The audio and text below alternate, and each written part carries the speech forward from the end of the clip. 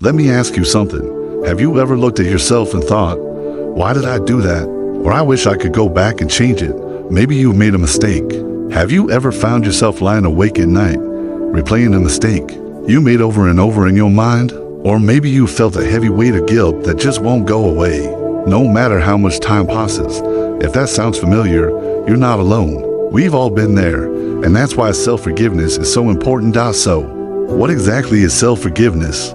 It's about letting go of the guilt, shame, or regret that can weigh us down after we've done something wrong. It's not about saying, oh, it's fine, it didn't matter. It's about acknowledging what happened, learning from it, and giving ourselves permission to move on. It's an act of self-love that says, I'm human, I messed up, but I'm still worthy of happiness and growth.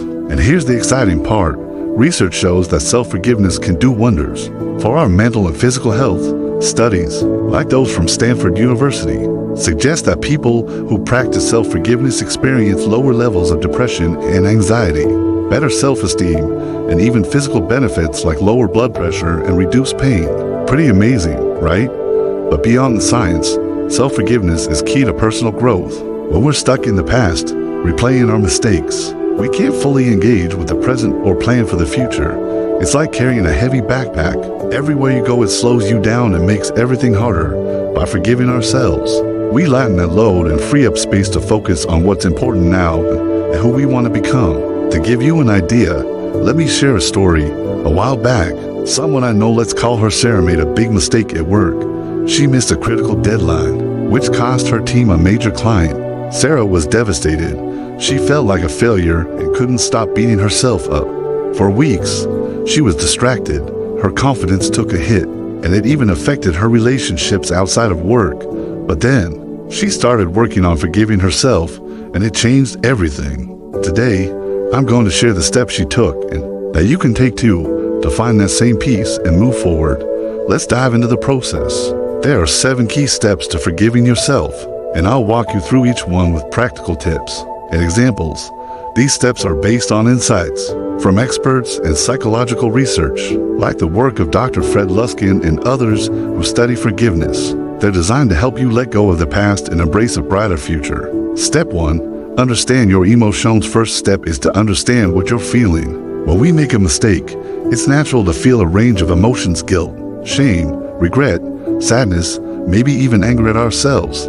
These feelings are valid, and it's important to acknowledge them rather than pushing them away. Guilt is when you feel bad about something you did, like, I shouldn't have said that.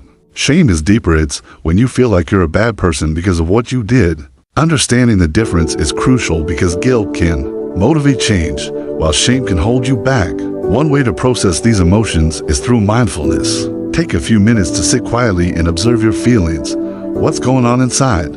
Can you name the emotion? Is it guilt, regret, or something else? Don't judge yourself for feeling this way, just notice it. Another great tool is journaling. Write down what happened and how it's making you feel. Be honest.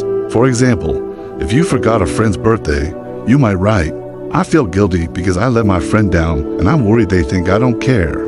Getting it on paper can help you make sense of your emotions and start to let them go. The key is to accept that these feelings are part of being human, but they don't have to control you. Step 2. Accept responsibility. Once you've understood your emotions, it's time to accept responsibility for what happened. This means owning up to your actions without making excuses or blaming others.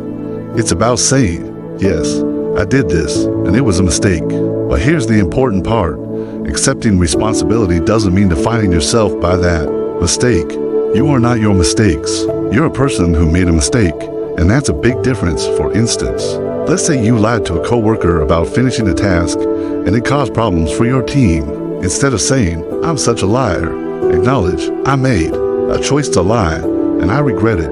By accepting responsibility, you're taking the first step toward change.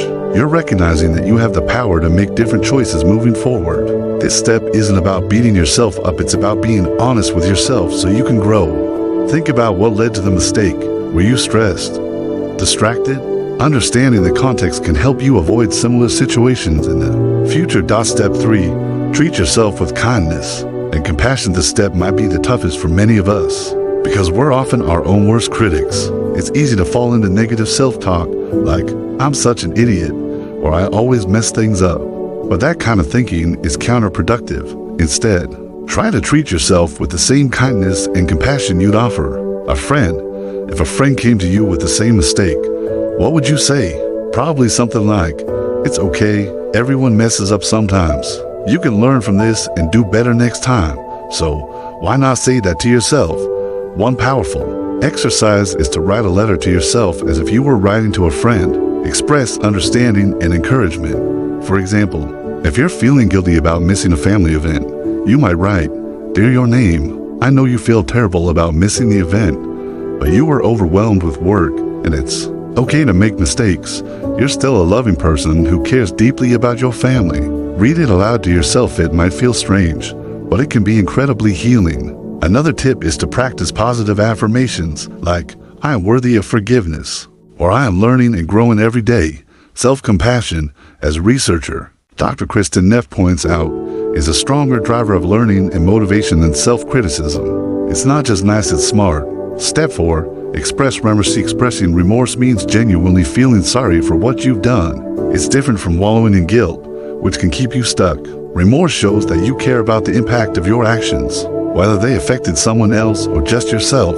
If your mistake hurt someone, this is where you might consider apologizing. A sincere apology can help repair relationships and show that you're taking responsibility. For example, if you snapped at a friend during a stressful moment, you could say, "I'm really sorry for what I said. I was stressed," but that's no excuse. I value our friendship and want to make things right. But even if the mistake only affected you, like neglecting your health or missing a personal goal, expressing remorse to yourself can be powerful. You might say, "I'm sorry for letting myself down by not prioritizing my health. I know I can do better." This step helps you acknowledge the impact of your actions and sets the stage for making things right. It's about showing yourself that you care enough to want to improve. Step 5. Make amends if possible. Take steps to make amends for your mistake. This could mean apologizing, fixing what was broken, or taking actions to prevent the same mistake from happening again. For example, if you forgot an important deadline at work, you might apologize to your team and create a system, like using a planner or setting reminders, to stay on top of tasks in the future. If you hurt a loved one, you could make it up to them by spending quality time together or doing something thoughtful. Sometimes, making amends isn't possible, especially if the person is no longer in your life or the mistake is far in the past. In those cases, you can still find ways to pay it forward. For instance, if you regret not being there for a friend years ago, you can make an effort to be more present for others now.